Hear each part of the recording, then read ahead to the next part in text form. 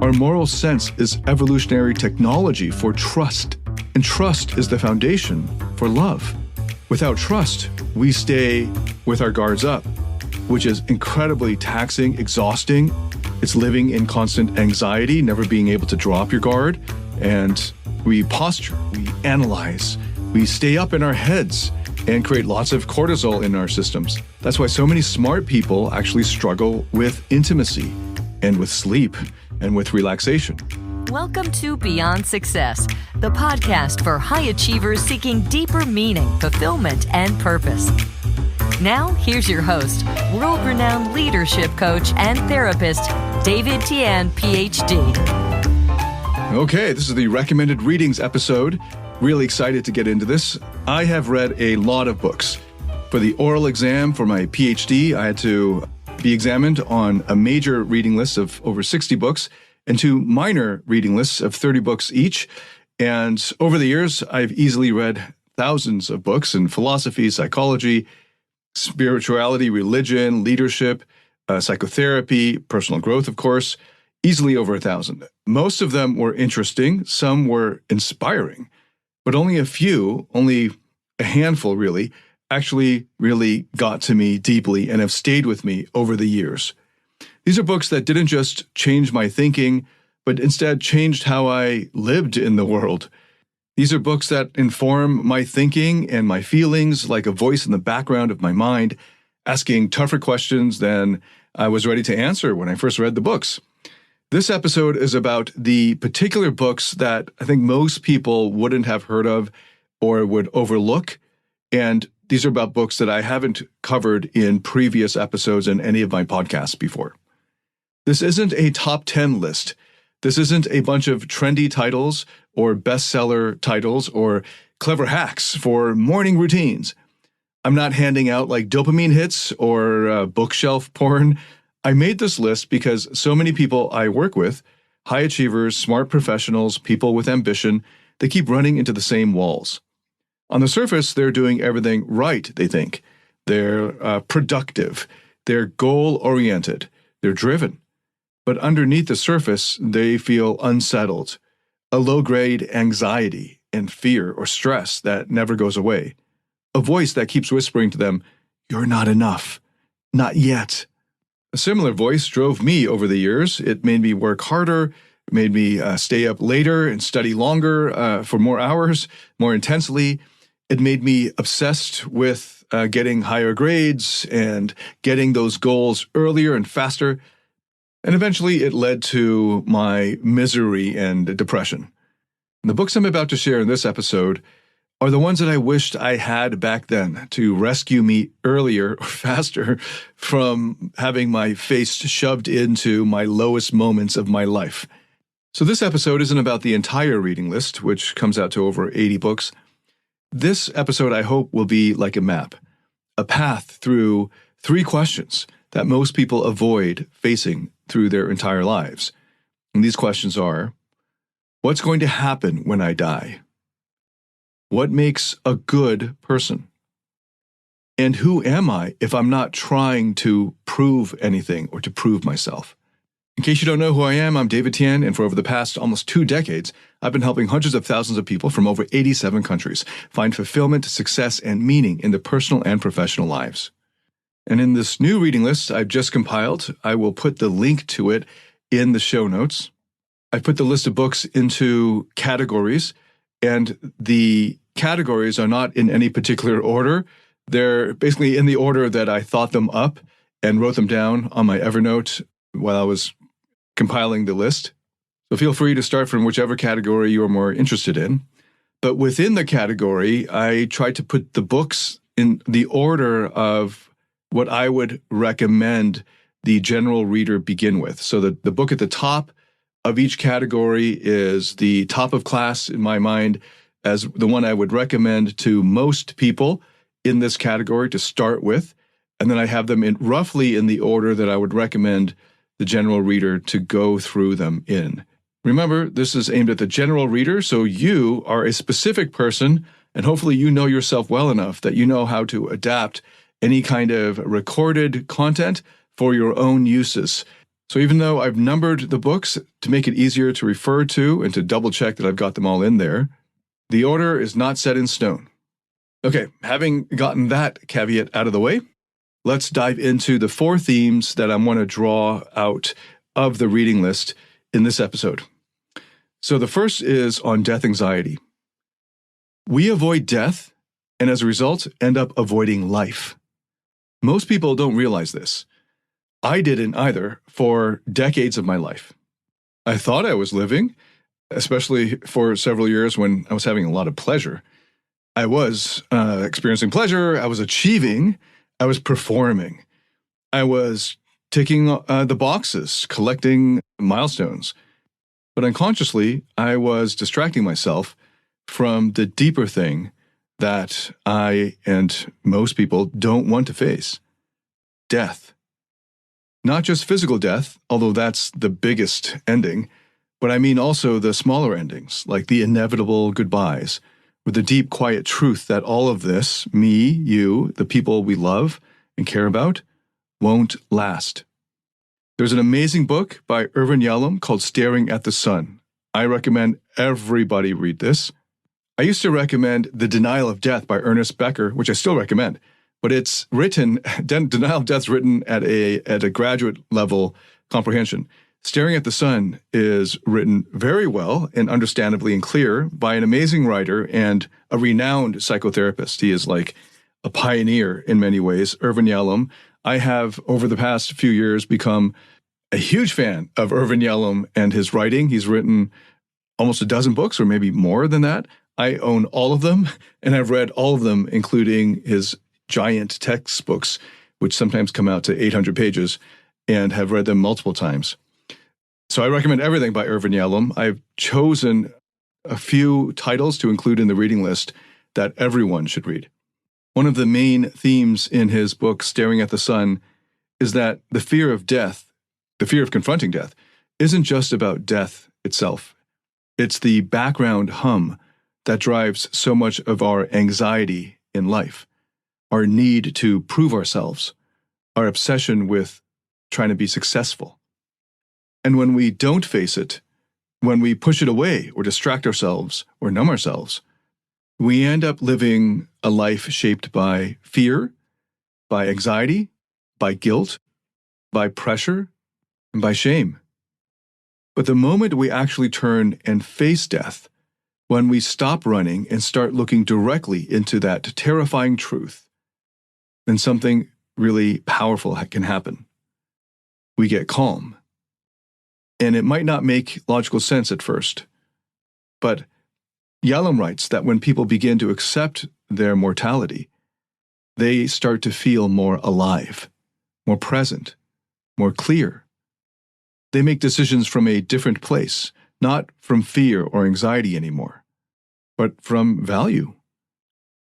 In another book, one of the final books he's written, A Matter of Death and Life, which he wrote with his wife Marilyn as she was dying from cancer, he shares that same clarity, but with even more rawness. And this book made me cry in a few different places.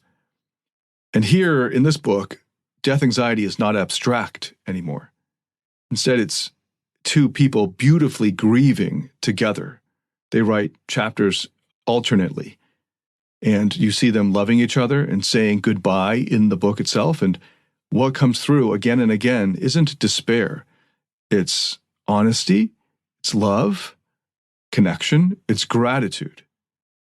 That book might be hard to read for some, not because it's complex, but because it's too real, too true, too authentic, too honest. But that's also why I recommend this book as well to everyone, A Matter of Death and Life. Because hopefully, once you've read it, you will be forced to stop assuming that you have so much time. That illusion will die. And when the illusion is dispelled, what's left is something more beautiful, more powerful, the chance to actually live. Now, if Yalom's writing in these two books feels or sounds too heavy, you can start with something gentler, a really easy-to-read book and a New York Times bestseller, Tuesdays with Maury. It starts off really lighthearted, but it's also very deep. And this one's a modern classic.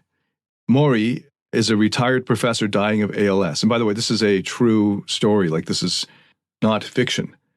His former student, Mitch, visits him every Tuesday, and they have a deep conversation about love, regret, death, forgiveness, everything we usually put off until it's too late. And there's a moment in that book that stayed with me where Maury says, everyone knows they're going to die, but nobody believes it. If we did, we'd live and do things differently. We go through life acting like we're building something permanent, like we save up, we plan 5 years out, 10, 15, 20, in my case, 30 years out. We stress over things that won't matter in like 4 or 5 weeks. And meanwhile, life is happening right under our noses, right now. But we're missing it. This is one of the achiever's downfalls, that the achiever, in order to plan further out and be prepared, is always living in the future, which never comes. The future is never the present by definition. And so they miss life. It's like that Ferris Bueller famous quote, life moves pretty fast. If you don't stop and look around once in a while, you might miss it. Okay, that was kind of cheesy, but I love it. If you've been stuck in overdrive, always pushing, always climbing, then you should also read this New York Times bestselling book, 4,000 Weeks, by an excellent writer named Oliver Burkeman. The title refers to the average human lifespan, which is 4,000 weeks. 4,000 weeks, that's it. Most of us burn through the first 1,000 without even realizing they're gone. By the time you read the book, you're going to be some 1,000 weeks in. What Burkeman points out isn't new, but the way he says it cuts through the noise. Our obsession with productivity is a defense mechanism. We think if we just manage our time better, we'll finally feel okay, secure, certain, and we can finally take a deep breath and be calm. We can finally feel in control, and when that happens, then everything's going to be okay. But the truth is, control over life is an illusion. It's a dangerous illusion, because if we give in to the illusion, we lose our lives. We're trying to engineer peace and happiness through scheduling apps or through time management systems. And in the long run, it just doesn't work. That's not what leads to fulfillment, happiness, and love. Burkeman encourages us to drop the fantasy of getting it all done, to stop optimizing, to stop treating time like a resource to be conquered. Instead, treat time like a relationship, something to be respected, something finite, and therefore sacred. Even multi-billionaires have the same amount of time as we do. And that massively important shift on its own, if you take it seriously, can save your life. Now, once you've sat with death and time and real limits, then you're ready to start doing something with the life that you've got left. And when you're there, I recommend you pick up Die with Zero by Bill Perkins. This one comes from the opposite end of the spectrum, more finance and definitely a lot more practical. But it connects with these deeper themes perfectly. Perkins argues that most people are saving their best experiences for someday. But they don't understand how aging works, or energy, or opportunity. We are not evolved to understand a longer life, a life this long. There's a window when travel feels exciting, a window when deep friendships can form, a window when your parents are still around, and your kids still want your attention. And those windows close. And his message is simple. Stop hoarding your life. Use it, live it on purpose. This isn't about reckless spending or impulsive travel. It's about timing your fulfillment. Spending your time and money and energy when they'll actually bring joy. Not when you're too old or too tired or too bitter or too demented to care. Put together in this way, these books don't just offer answers. They offer questions, better, powerful questions. Like, what would I do differently if I knew I was already dying? Because I am, and so are you. We all are. This isn't meant to scare you. It's meant to free you. And this is where the real journey begins, not with hacks or with vision boards, but with death. Because once you stop running from death, you finally start living fully. Okay, now on to the second related theme, which is on moral philosophy. Now, most people I talk to have this vague idea that morality is something old-fashioned, like something you're supposed to care about when you're a kid, or when you're religious, or when you've run out of ambition, or when you're retired. But morality isn't abstract. It isn't just philosophical fluff. It's not just about being nice or well-behaved. It's not about following rules or obeying some external code. Morality is actually about happiness. And not just the temporary kind, like the pleasure kind. I mean lasting happiness, like fulfillment, meaning. The kind that shows up when the high wears off, when the pressure drops, when you're finally alone with yourself. That kind of happiness only happens when there's goodness. Not because someone tells you to be good, but because your nervous system literally requires it in order to feel safe. Jonathan Haidt wrote this incredible chapter in his book, The Happiness Hypothesis, which, by the way, I didn't include in the first version of this book list, but I added it in just today because I didn't realize how much of Haidt's ideas in The Happiness Hypothesis had penetrated into the background of my thinking, to the point where I've forgotten that I got some of these ideas originally from The Happiness Hypothesis. So I've added it back into the list. And in that chapter I'm referring to, he called it The Felicity of Virtue, is the title of that chapter. In it, Haidt argues that a virtuous life doesn't feel like restriction. It feels like freedom. Because when you're aligned, when your actions match your values, you stop second-guessing yourself. You stop hiding, you stop performing, and that creates this quiet confidence that doesn't need to be loud. The irony is, most high achievers are chasing a feeling of worth by acting in ways that erode that very feeling. They cut corners, they talk down to people, they fake it, pretending they're someone they're not, and then wondering why they still feel hollow, even when or if they hit that goal. It's because their nervous systems know the truth. Haidt points out that ancient philosophers didn't separate ethics from happiness. This goes as far back as Aristotle and as early as Confucius and the earliest writings in Buddhism. These ancient philosophers believed the good life wasn't just a pleasant one, it was a morally good one.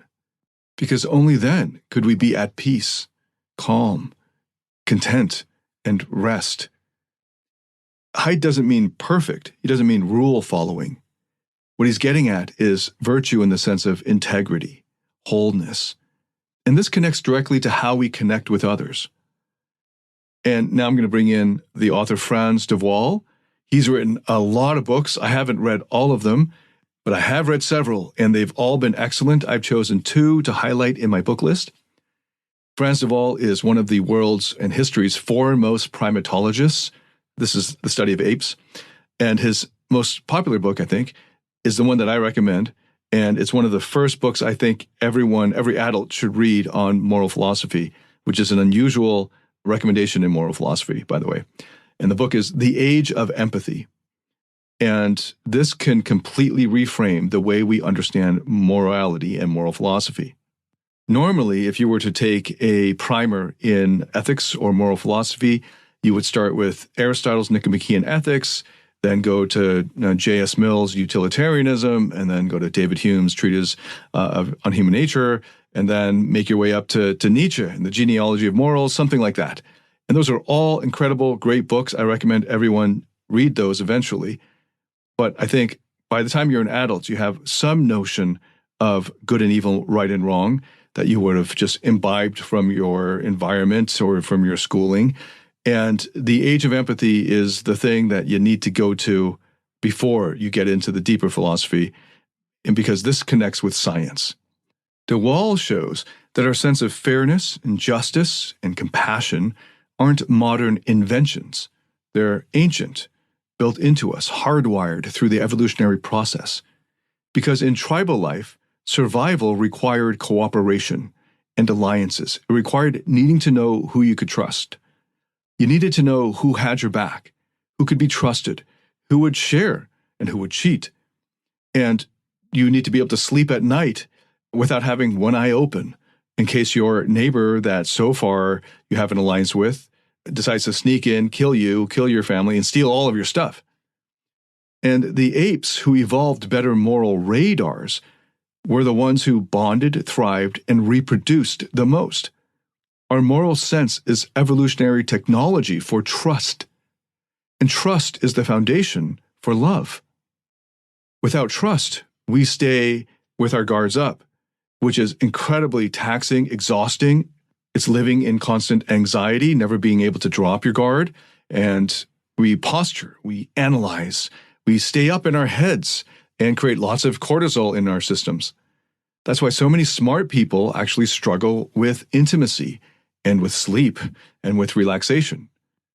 But the moment we judge someone as good through their track record and through our moral sense that we have developed over the years in ourselves, hopefully through the practice of virtue and the practice of trying to be morally good and to live up to what we believe is good and to do the right thing, then our whole body can relax because you can trust your judgment and you can let your guard down around good people. That's why it's so important for us to send signals of being good and trustworthy and being able to tell when other people are trustworthy. It depends on goodness. That's why the moral goodness is there. The evolution of morality is such a huge and deep and important topic that could easily devote an entire podcast to, and definitely a book or books on, and hope to do that someday.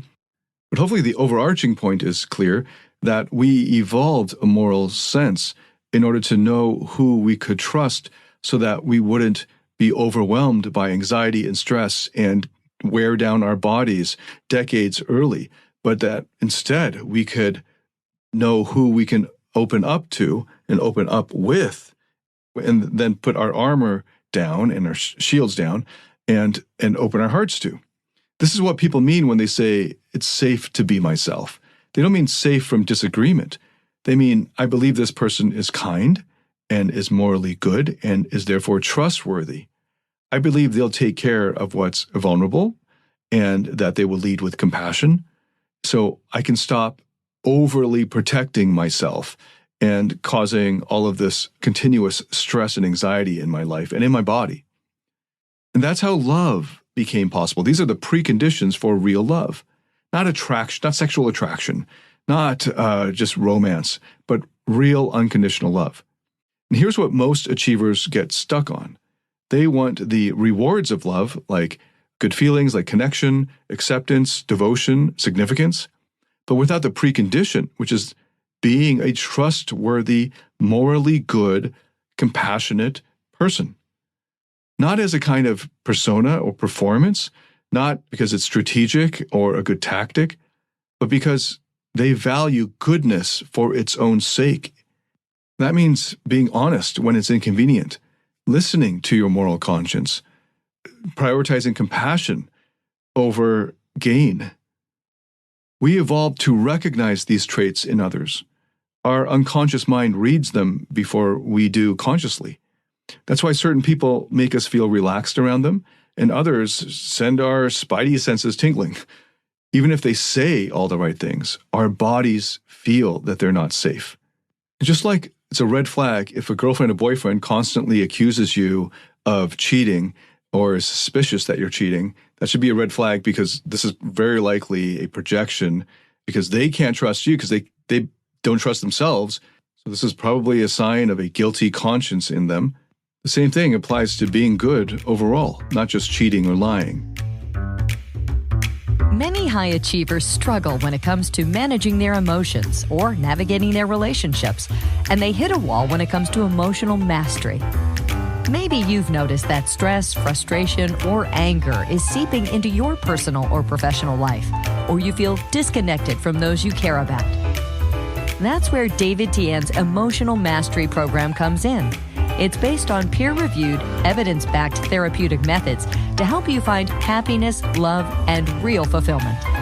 learn how to break free from the emotional roller coaster, and start thriving in every area of your life. You can find out more at davidtianphd.com/emotional mastery.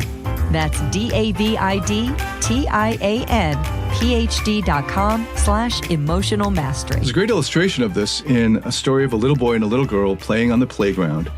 And they're young kids, and she had a bag full of beautiful marbles, and he had all these really cool jacks. And I don't know if people still play with jacks, so just imagine she's got her toys and he's got his toys. But I'll just use marbles and jacks.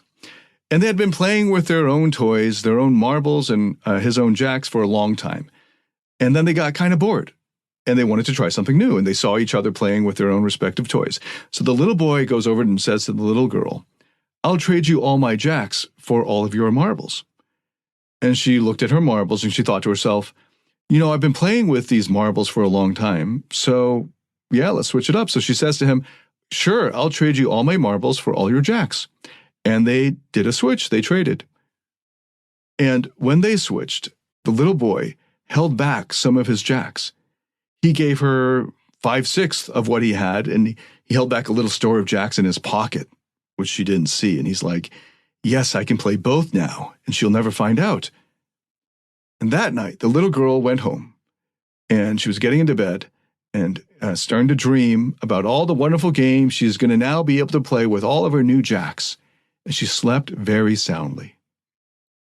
The little boy that night, though, could not sleep a wink, because he was wondering the whole night, did she give me all the marbles? So if you're walking around wondering why your relationships don't feel deep, or why no one seems to really trust you, or why you still feel fake even when you're doing all the work, look here, not at your tactics, not at your image or persona. Look at your actual moral compass. Because here's the truth a lot of people won't say out loud. You don't get to feel truly morally good, truly at peace or calm, if you're not living in a way that your deeper, higher self respects. Now, the good news is you can always start. You don't need to be perfect, but you do need to stop bullshitting yourself. And that's the beginning of becoming someone your soul can trust again. Now, these two books, The Happiness Hypothesis and The Age of Empathy, are together really powerful because they reconnect us to the core in us that already knows. Because as you know from IFS therapy, there are no evil parts in anyone. All parts started off with positive intention. And our systems want to be morally good, not to get applause, not to check a box, but because that's the only way we get to feel fully alive, with others and with ourselves. Okay, now let's move to the third topic here, or third theme. And I'm going to introduce this with telling you a book I wish I had read when it first came out many years ago. And this is The Tyranny of Merit by Michael Sandel. If you haven't heard of Michael Sandel, he is a superstar in philosophy. He's a Harvard professor of philosophy and of law. And his introductory course was the most popular course at Harvard for many years, and he's got recordings of the lectures up on YouTube. So if you go looking for Michael Sandel and Justice, they're great lectures. He's a wonderful speaker. And if you've ever felt like you had to constantly earn your place in the world, then this book will really shake you up. In this book, Sandel unpacks this lie that modern society runs on. The idea that if you succeed, it's because you deserved it, because you worked harder or were smarter or had better habits, and that's all on you. And if you didn't succeed, then that's also on you. But what we call merit is mostly luck dressed up in hustle culture, being born to a certain set of parents, or being brought up in a certain environment when you were just learning how to walk and talk only, or getting access to rare educational opportunities before you even understood anything about, like, finance. Even things like your personality traits, how hardworking you are, or how ambitious you are, or whether you enjoy abstract thinking. These are mostly determined by your genetics and brain chemistry than by anything you did. And we act like we built those from scratch, or earned those on a completely level playing field. Once you dig deeper into the science, you discover that meritocracy is just a myth.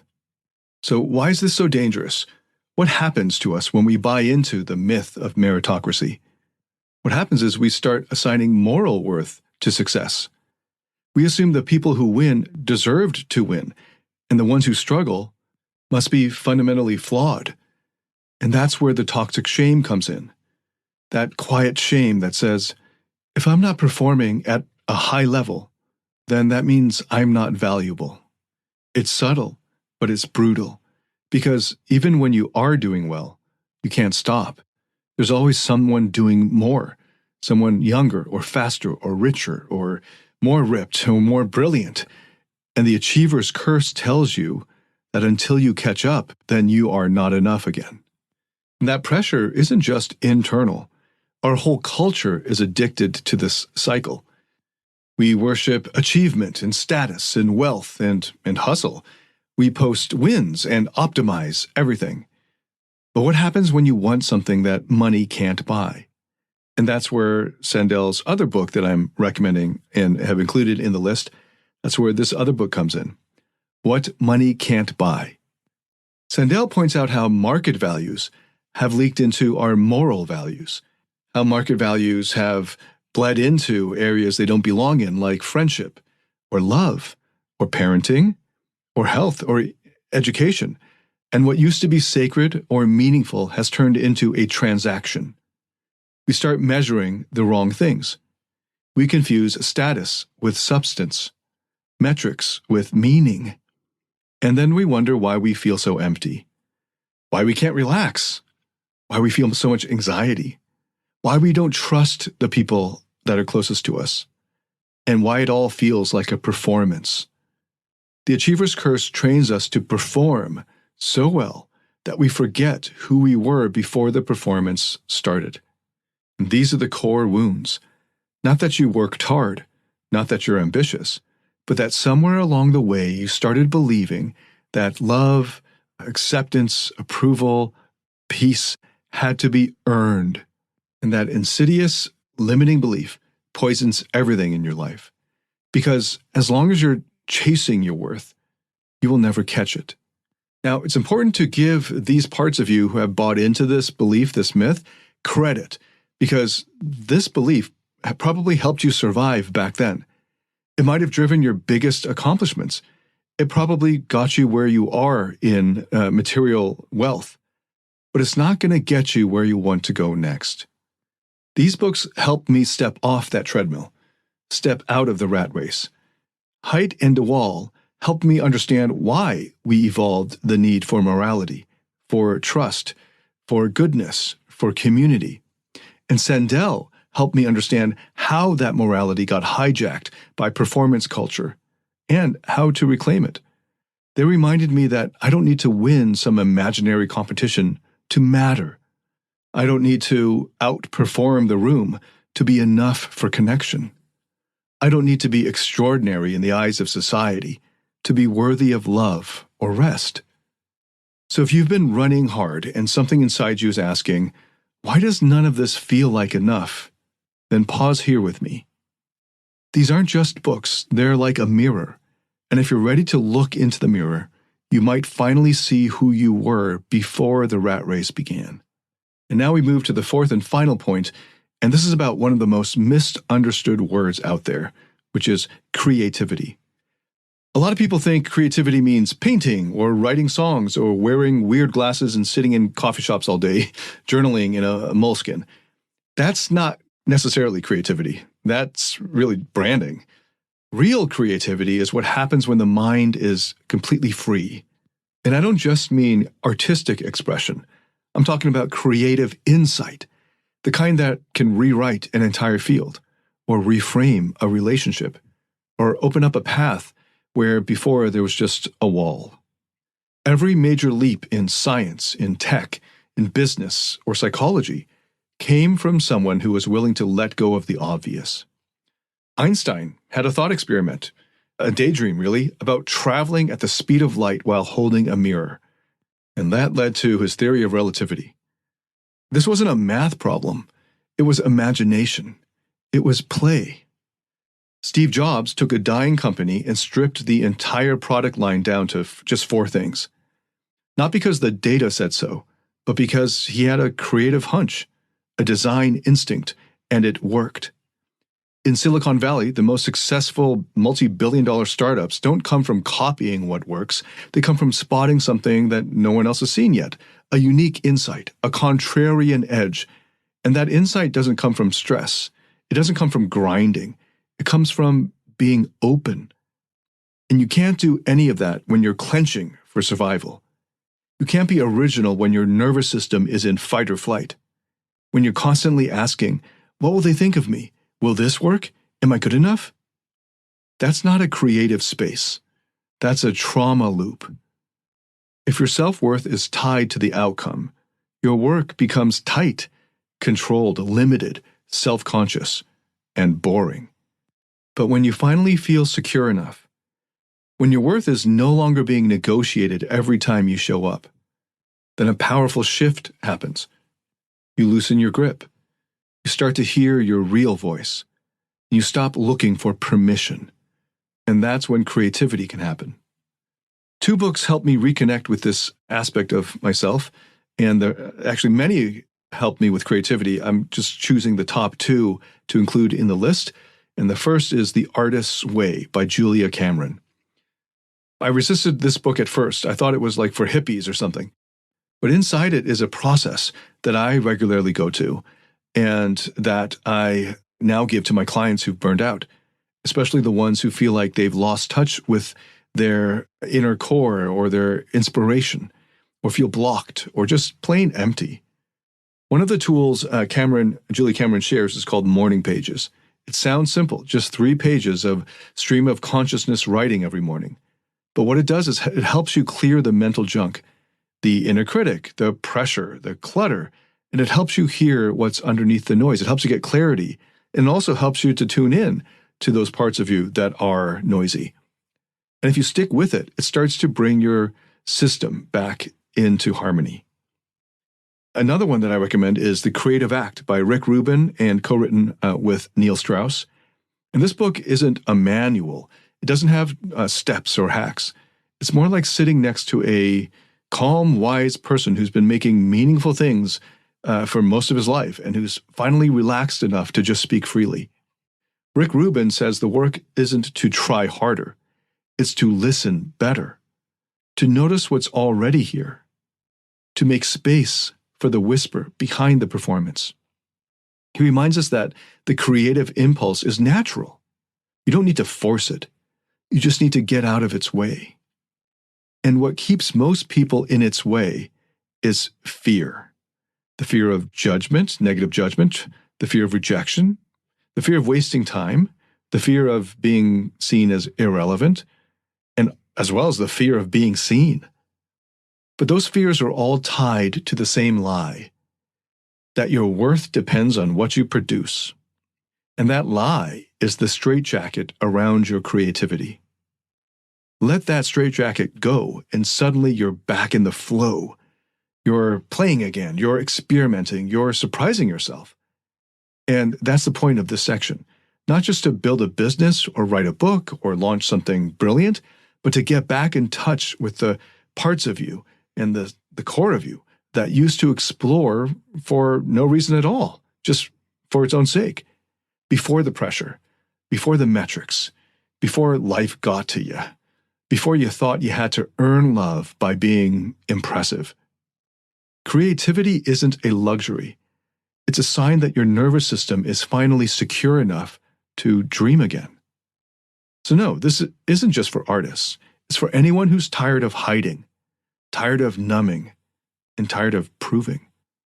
When your worth is no longer on the line, your authentic self finally comes out to play. So this is long enough already. Let's wrap this up.